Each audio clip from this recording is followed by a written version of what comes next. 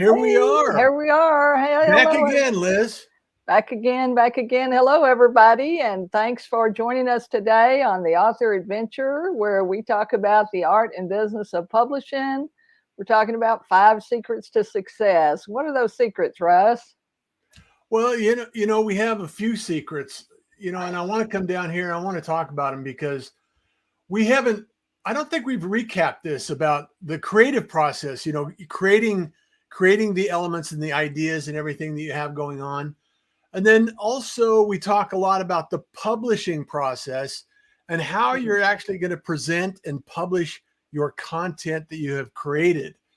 The other thing that we want to talk about is launching your process, whether you get a street team and launch it, on your own by yourself, with your friends and family and support in your community, or maybe you go after a traditional publishing and launching effort. And then the other thing that I love and my favorite fan and fanatic about is marketing. There's a lot of things on social media we can market and put together. But the other thing after marketing that we still have to think about and, consider is the distribution. There's lots of other alternative distribution channels. And if you go back into the episodes, we talk a lot about each and every one of these items as we go through this. Yeah, we give you some gold nuggets for each of those things, because in our mind, marketing and distribution is 2 different things. Marketing is promotion and getting the word out and telling people what you have.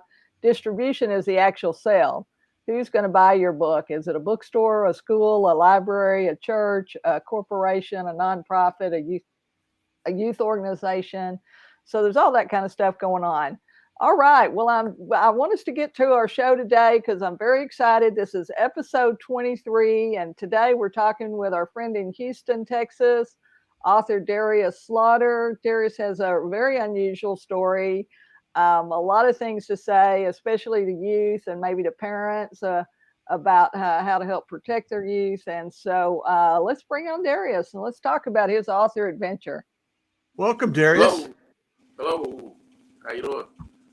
Doing great. Thanks so much for being here. So, so Russ and I will kind of probably go back and forth, and because we both have some questions about you and I've been friends a while, and we worked on your book, and we kind of got that launched again for you, and then did some a second edition. But tell us to start with. We always want to start with, were you a writer? Did you like to write? Or is that something you came to later in your life? Or how did that happen? Give us that backstory a little bit. My backstory in writing is pretty simple. I'm a reader and a writer. I'm a speed reader.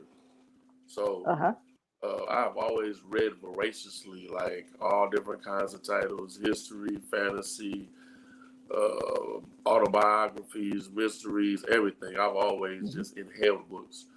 It was a laughing thing in middle school. My middle school teacher was like, hey, do the work, whatever. At the end of the month, I give you 5 points on your final for every book that you read. You come in and talk to me about the book. But it was a joke with him because he knew I could read like 5 books in a weekend. Right. Come in. He gave me an A. He'd be like, how do you read that fast? I'm like, I don't know. I just do.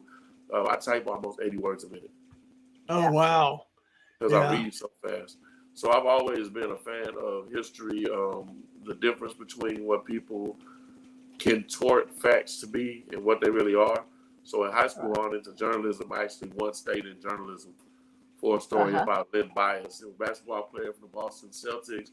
I graduated in 91, so around 89, 90, he actually OD'd. He was a big-time basketball star, came up, got signed. He OD'd, and it was at that time, the drug epidemic was still fresh. So it was a big deal about how this, shining star kid just up and OD'd all of a sudden. Right. It was really shocking to society, and I had written an article about it in one state of journalism. So I went back. I was a National Merit Scholar. I was in AP classes and whatnot, but I also had a dual life, in the process of surviving and trying to make it. I led a dual life. I was a straight A student, but I was also a criminal at the same time. I had a lot of money moving outside. I had a big crew running in order to maintain, eat, and try and, achieve, I guess, the so-called American dream.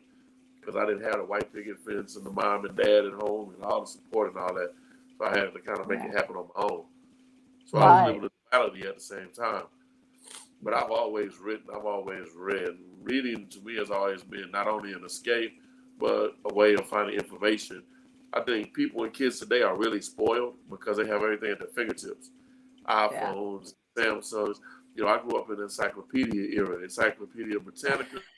Go to the library, the card catalog, dig through, go find the book, knock the dust off of it, read it, go find another one, and see if the information was together. But what that did, it made people slow down. Right. Well, it made you think. It made people think too. Exactly. Because you had to consider your sources at that time. And the sources were well put together. It wasn't a rumor mill of situations. Any situation that happens at this exact second in time will have 52 posts on social media within an hour. 99% of them will be wrong. It'll be hearsay, she say, and they say, as opposed to the facts. And everybody will take it for facts. Back in the day, we had to actually research and find out what was and what wasn't. So that's what journalism was all about, was doing the research and fact finding. Exactly. Finding facts, quoting your sources, finding credible sources. Is this source jaded? Does this source have an agenda? Right. You know, where does this opportunity come from? Where does this idea come from? Where does this point of view come from? And is it jaded? A lot of times. You know, I always got in trouble when I was in journalism class because they said that I wrote aggressively. You write very aggressive. Well, it's kind of my style. It's kind of what it is. It hasn't changed. In all these years, it has not changed. I hear the same thing. Well, you probably learned a lot by the learning process of having to go out and research that stuff, go out and dig for it, and actually come up with your own conclusions. And like you said, now, you know, you can type in a prompt into ChatGPT and, you know, get some information back that's already out on the internet. Whether it's true or not, people seldom go past that fact. So there's a lot of, like you said, they said, she said, they, you know, it's not necessarily researched to the same degree. So, you know, I applaud you for, you know, looking at it from that perspective and writing aggressively. So I can appreciate that.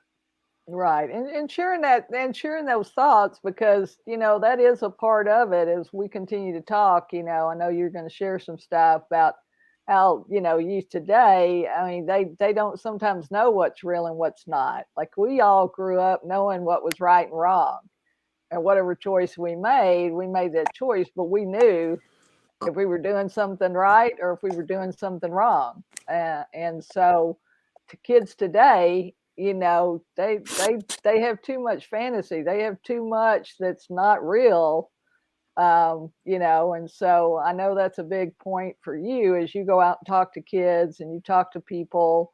But let's talk a little bit about your book first, and then we'll get to that, because I know that's your mission going forward and your mission. And I think, you know, you wrote the book for one reason, but it ended up being this other reason, didn't it? Is that correct? Well, the book was written at the time as a testimony.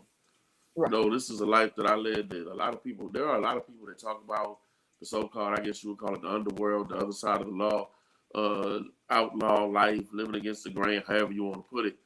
And usually you get those stories secondhand. You know, the cousin tells about what the uncle did, or the son tells about what the dad did, or they just facilitate, just make stuff up.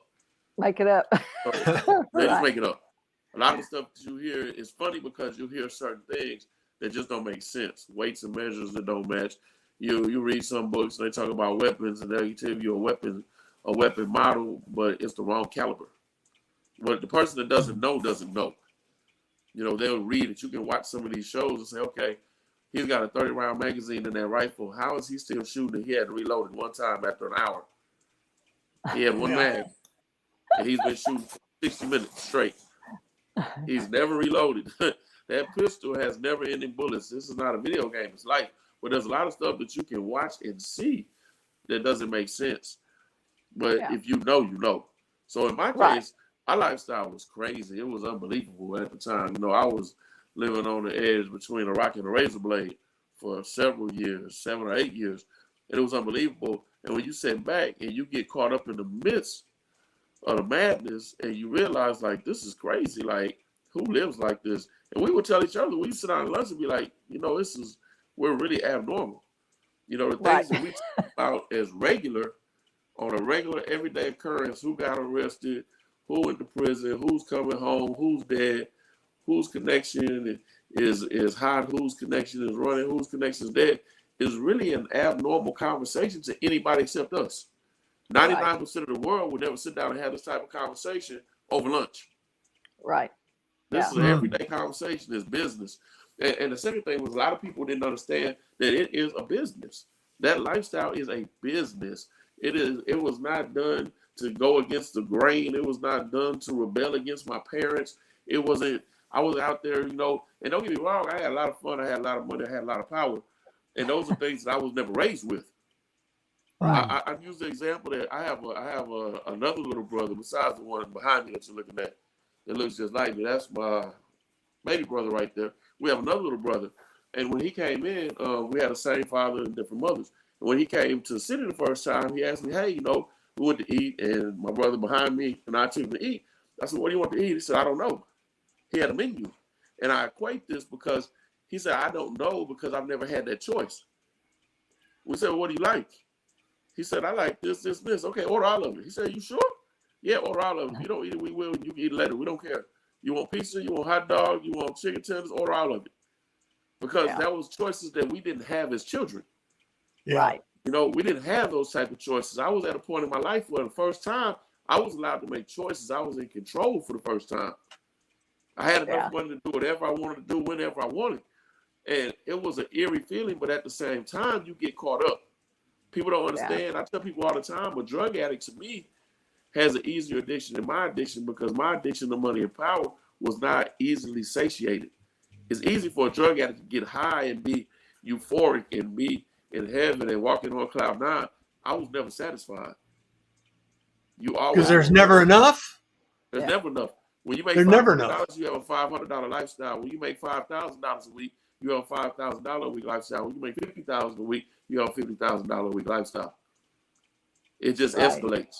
It escalates. Yeah. I want to bring Darius. I want to bring up we created a couple of snapshots here of some of the things that are going on. Join the hostile movement and get your e-copy today. And it's really about the book and the story that you're telling today and how you actually went through it and survived. I'm imagining. I haven't had the chance to read the book yet, but it sounds like a tale that I grew up as a musician, and I ran into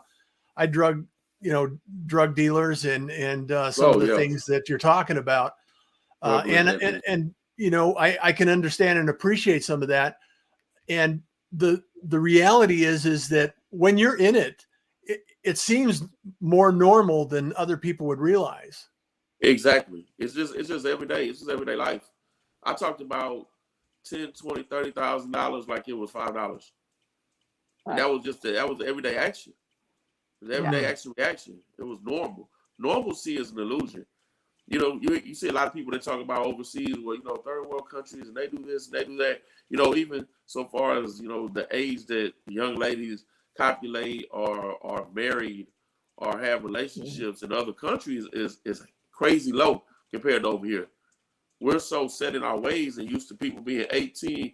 18 is grown. You can't raise it. But you go across the border and 13, 14 years old, they're married off. Right. They're gone.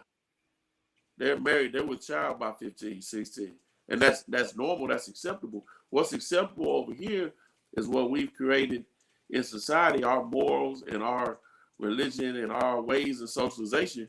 And that's what a lot of people don't understand is that this is what we accept, but there's a lot of people in this country that don't accept it. Right.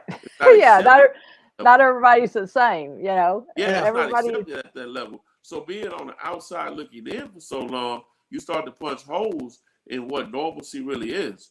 Because you see that as a so-called outlaw, as a drug dealer and whatnot, that, my doctor's a brain surgeon.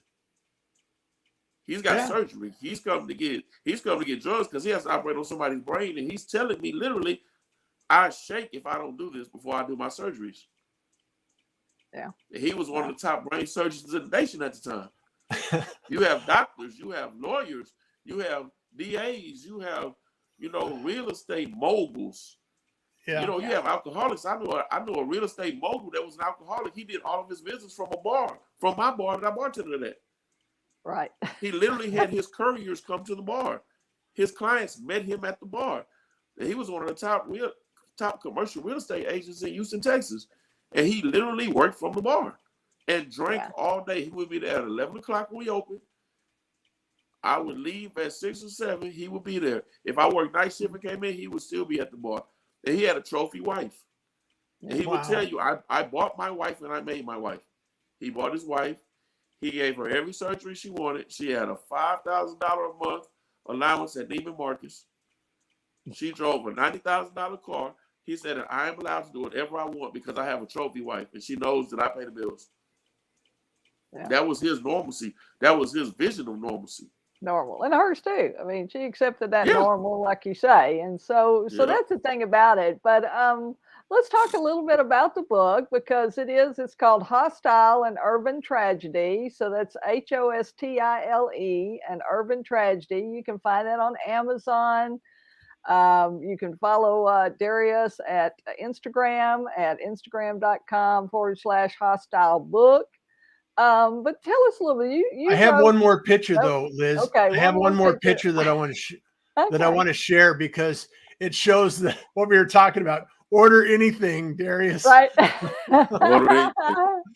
There's a big smile there. I think that's smiling because every picture I got of you, you're not smiling. And I said I got to have one picture of him smiling because usually he's not smiling. Usually he's giving us that serious look. With my brother.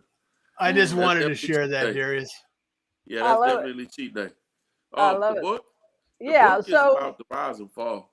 It's about the rise and fall. It's about the trail from the bottom to the top. Going from working 2 jobs, getting out of college, being in debt, getting recruited by the brigade, starting to make a little money, making more money, life easing up to a point to where I could actually breathe, and enjoying life at a mid-level where everything kind of was like the underworld American dream.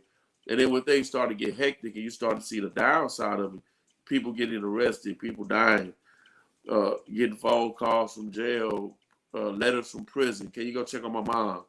The lies that everybody tells. Oh, everybody gonna be, man, it's all us. We're gonna be down forever. But you get locked up and everybody's gone. Right. Everybody goes. You might have 1 or 2 stiff ones that hang around, real ones, but everything else is situational. Everything else is depending on how much money is flowing and how much money is moving. Right. You start to look at getting out at a certain point, start to look at business ventures. Eventually you entertain yourself. So how you entertain yourself? And that varies by person. I like motorcycles, I like dogs, beautiful women, and you have it all. And everybody is fighting to get to where you're at because they're working angles. What can I get from this person? What can I get away with this person before I get going? Yeah. Because there are no the percentage of retired drug dealers and underworld criminals in America is in the negatives. Right. Everybody thinks they're going to get away with it. Everybody thinks they're better than the police and smarter than the next man and the last man. Not understanding that everything that they're doing has pretty much been done. Right. It's pretty much all been seen. Right. And sooner or later, like you say, sooner or later, you mess up or you make a mistake or somebody turns on you or somebody says something or does something. But the really interesting thing for me, Darius, was the fact that, we tell people all the time, write like you want to write. You don't have to write like Liz. You don't have to write like Russ. You don't have to write like Darius. But you had a really unusual thing. You were writing letters to your brother, right? So the way that Hostile came about literally started, I signed for my time in Galveston County and was sitting in the county jail, and I wrote the intro. But they read your mail, so you can't send it home like that. So I literally hid every letter. Every chapter was hidden in a letter to my little brother and sent home over probably about 2.5 years. I would write a chapter, edit a chapter, hide it in a letter home, send it home. And my brother kept all the letters and put them in a binder. So when I made parole and came home, he gave it back to me and said, here's everything together. What are you going to do now? Yeah. So he's a little bit of a nudger, isn't he? He's a little bit of that. What are you going to drop that box and drop that notebook on the table and said, okay, buddy, what are you going to do with this? But it is powerful. I want you to know it's powerful writing. It's excellent writing. You know, you're caught up from the first chapter, and you know, and that's the mark of a great writer, and that's why y'all need to go out and check out Hostile and Urban Tragedy. Now, we will be truthful, like you say, it's not for the faint of heart, you know, and if you got a problem with language or sex or something like that, you might want to avoid.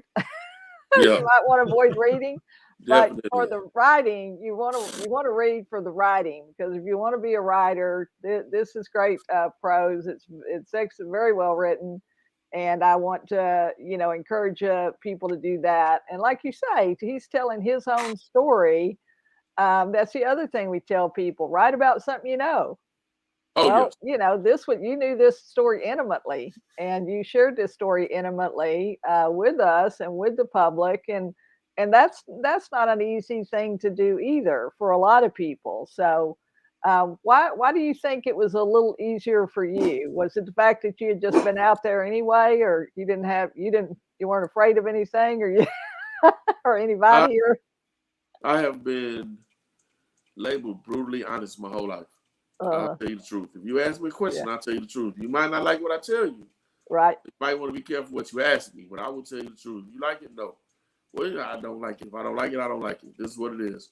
Yeah. The biggest thing about my writing is the conviction. My life is my life.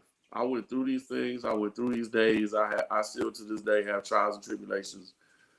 I strive to remain true to myself through everything. Mm-hmm. Be the person that I say I am. I'm not trying to be some superstar. I'm not trying to be an actor or a rapper or a singer or a sports figure. I don't idolize any of these people.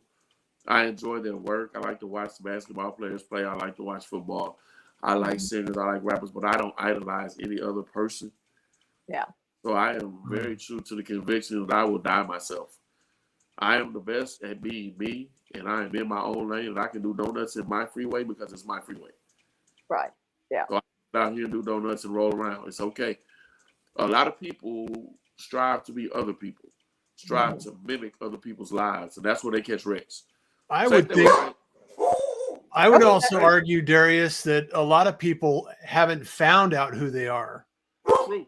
So is that part of your journey as well? I mean, have you always known who you were and always had that vision in what you had to say and what you meant and what truth you had in your life? Your truth, I think your truth is a journey.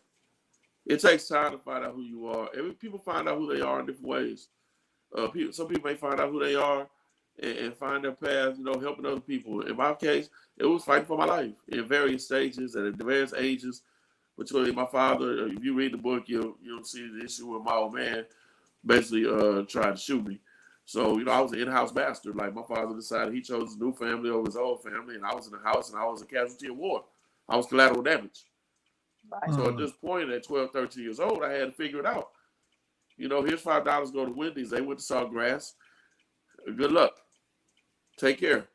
Yeah. I had a key to the house. I could get in and out. I was able to go to school. I started working at 14.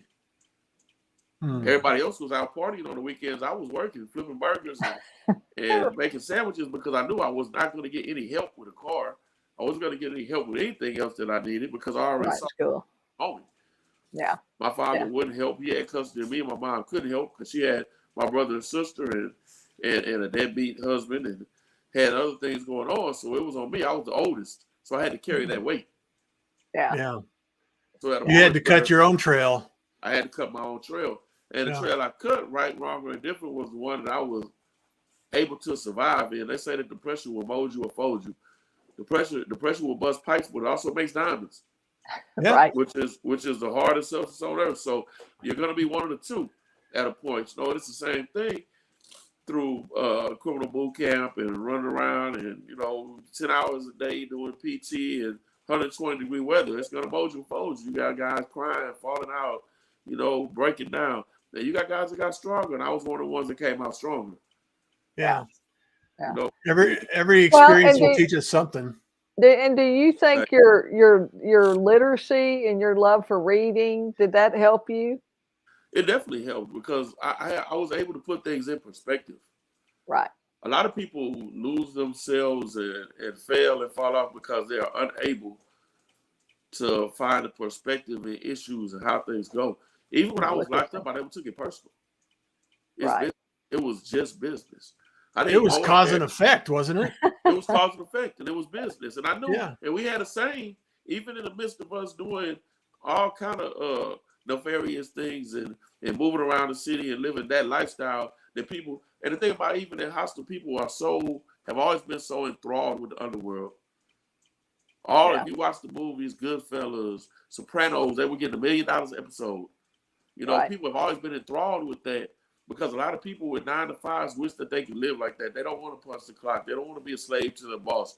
They don't want to go to work in kowtow and bend and every day. They really want to be that person. This is why so many people dive into video games and shoot everything and kill everything, because they can't be that person in the real world. Right. So they dive into the fantasy world. So it was cause and effect. And we used to have a saying, it's risk versus reward. We know what we're doing. Right. We know what the risk is, but we also know what the reward is. I chose at a young age, after being devoid of choices and being able to make those type of decisions and living the life that I saw on TV. You know, I moved from Indiana to Clear Lake, Texas. Initially, all the little kids was driving Mercedes Benzes and everybody was rich. And that's when I actually realized that I was lower middle class. Right. You know, like, damn. Yeah. What is this? We moved from Clear Lake to South Belt. And all of a sudden, okay, so it's, you know, a gang of Asian kids, you know, black kids, white kids, you know, everybody kind of in the same boat. But I'm looking for money, and my father was acting up and cutting up and super erratic, and I had to figure out a way. So it was getting down or lay down at that point. Yeah. How you gonna work? You know, you can only make so much money flipping tacos. Yeah. Right. So what you can do. Yeah. So that's where it comes to, like, are you man enough to take the toll, to take the hit? And it was just business to me. Every day was just money. And we used to say it, man, we'd be in the middle of terrible stuff. We'd be like, hey, man, it's risk versus reward. Y'all know what it is. If you don't get down, if you're not down, go home.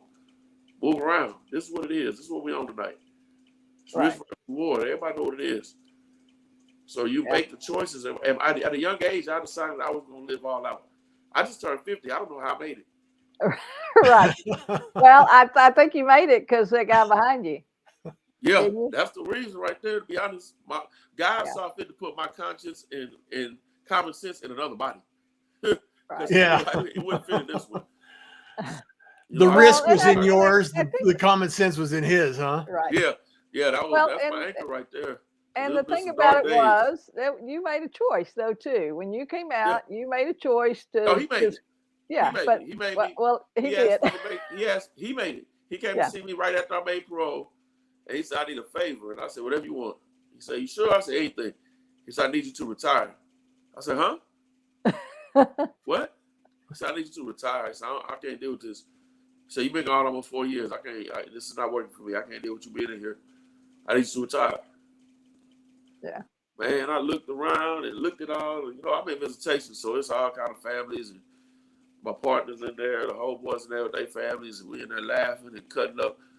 One of my partners in there, my partner Mac, he did 15 flat. So he left. He went in at 19. He left all of his 20s and half his 30s in the penitentiary. Yeah. And this was my guy. I'm talking about thick as thieves. You're right. My man. Good friend, yeah. And I told my brother, I said, all right, that's what you want. So I came home, and when he gave me the book back, I had to crawl because I could have easily jumped on a quick $30,000, $40,000 out the chute.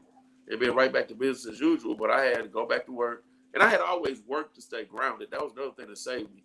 Even for a majority of the time that I was in the streets hustling, I still had jobs. Right. Even if I only worked 2 days a week, I would make myself get up and go to work those 2 days to keep me grounded. Yeah. So that I wasn't out of control or spiraling off the deep end like a lot of the guys that I knew. Right. Wow. Yeah. Hey, Darius, so before we wrap up, what's the next step for you in terms of writing and publishing and getting your story shared with more people to make an impact? Hostel 2 Homecoming will drop late summer. I have several initiatives that will drop alongside it. One of them is the Beauty and Brains Challenge, trying to change the narrative with these young men, these young ladies, and it gets caught up on the what came first, the chicken or the egg type deal. Yeah. Young man ignorant because of the upbringing. Is it the young or is it because the young ladies are tolerating it? We know that at the end of the day, at 50 years old, I can tell you now that women choose men. And right now, these young men are being chosen for being ridiculous, ignorant, illiterate, inconsiderate. This is what's popular. So if we change the narrative and we push the scale up, hopefully we'll begin to make a dent in it. So the Beauty and Brains Challenge is helping the young ladies fight against all the mass media and social media that's making it super popular to be ignorant. If you look at social media right now, Bad Girls Club, Housewives, it is very, very popular to be dumb and nasty. And be reckless with other people's life. Exactly. So yeah. we don't glorify the doctors, the lawyers, the RNs, the CPAs. We don't glorify them. So the Beauty and Brains Challenge is simply having young ladies read one paragraph out loud saying, being smart is beautiful, and post it and tag us and we'll repost it. So I have several people that I'll be working with throughout the country with the Beauty and Brains Challenge, with the release of Hostel 2, audio books for Hostel 1 and Hostel 2 will be dropping. I have a couple other projects in the works that will be coming out. So just trying to change the narrative at a point, because you have to figure out where to insert to change the narrative. That's the right now. Yeah. Finding where the actual position is to change it. Well, it has to become more productive and more positive, I think, in the environment across all levels, men, women, adults, children. We have to start teaching this, how to be productive, how to be positive, how to set examples, how to, make stand choices, in your better own choices. Make better choices. And also one of the things that I could learn from you, Darius, that I picked up loud and clear is be truthful to yourself. And when people ask you for facts, give them a straight answer. Don't dance around it. Yeah, you have to be truthful to yourself. I think a lot of people look outward to find peace. They look outward to find motivation. They look outward to find direction. Yeah. Right. But it's all inside. But we've got it inside. We're just afraid to look for it and to search it and search it out. Scared to trust in themselves. Right. Yeah. They're scared to follow their dreams. They're scared to trust their strength. You watch a lot of the check-ins online. Oh, I checked in to the gym. If you don't understand, that's critical to a lot of people because they need that push. As opposed to I get up in the morning and I go, period. Feel good, go. Feel bad, go. Don't feel like going, go. Go anyway. Get up and do something anyway. Yeah. Yeah. Well, and like you say, we're making choices, and every day, and we have the choice every day. We have the choice to do a right thing, to do a wrong thing, to do a good thing, to do a bad thing, to do something that helps us, makes us feel better, but helps somebody else. And we've got to, like you say, teach those things to the next generations. And well, we appreciate it so much, Darius. We're going to have you come back because obviously this is not a long enough time, and we could still talk about. We haven't got to some of the other book things that I wanted to talk about, and some of the other programs, and some of the things you're doing with youth and helping parents understand how to talk to their youth. That's another thing. Yeah. And so if you want to connect with Darius, you can follow him at Instagram.com/hostile book. You can find his book, Hostile and Urban Tragedy, on Amazon.com. It's Darius Slaughter, Darius Slaughter, Slaughter. So go look his stuff up, read his stuff. You're going to be, it's a powerful writing. It's a powerful story. It's a story that needs to be told. And we hope you'll take that and share that with other people, especially if you've got children that are kind of on the fringe or on the edge, and maybe they're not making such good decisions. We want them to know the truth and the real truth about, how they're putting their lives at risk. And so, Darius, if there's one last thing you want to tell our listeners and people watching today, what would that be? Would it be about writing or just about life in general? Life in general is question the machine. when you see stuff online, people tell you some questions, but you question the facts, ask questions. Don't just sit there and blindly take everything to heart. Blindly take everything for fact. Well, even in your writing, question your writing. Look at your writing and find a conviction in your writing. Yeah. When you write, who am I writing for? Why am I writing this? Who am I writing it for? You know, if it's strictly commercial, then who is my target market? And do I feel like I can actually reach this market? Am I capable? Am I skilled enough? Do I have enough knowledge to reach that market? Yeah. And then be honest with yourself. I may not. I may not be able to reach this market because I don't have that kind of experience. So I need to either research this, experience this, or I need to maybe change lanes, change directions. Yeah. Yeah. Well, thank you so much for being here, Darius. Really appreciate it. Great advice. I look forward to reading the book and the next one when it comes out later this summer. So. I'll send you a pre-release copy, sir. Awesome. Thank you so much. Liz, as always, it's a pleasure. Thank you so much for being here. And any last words from you, Liz? No, I just appreciate Darius so much being with us. Like I say, maybe we'll have you come back here in March or early April, and we'll have a second conversation about some of this other stuff, about his audiobooks and his program that he's going to be rolling out. We want to support that as well, and we'll certainly we'll share that across our platforms, Darius, you know. So have a great day, and thank you. We're here every Tuesday with the Author Adventure. We're talking about writing and publishing, and if you want to write, you have the ability to do that. Just be convicted, be true to yourself, and go out and start writing that story and send it to us and come and comment and tell us about it. We want to know what you're doing. We want to hold this space for your writing dreams. You can come here and tell us what those dreams are. And we're here every Tuesday at 5 p.m. talking about the Author Adventure. So be sure to join us. Thanks so much. We'll see you next week. Take care, everyone. Yeah, have a great day. Bye.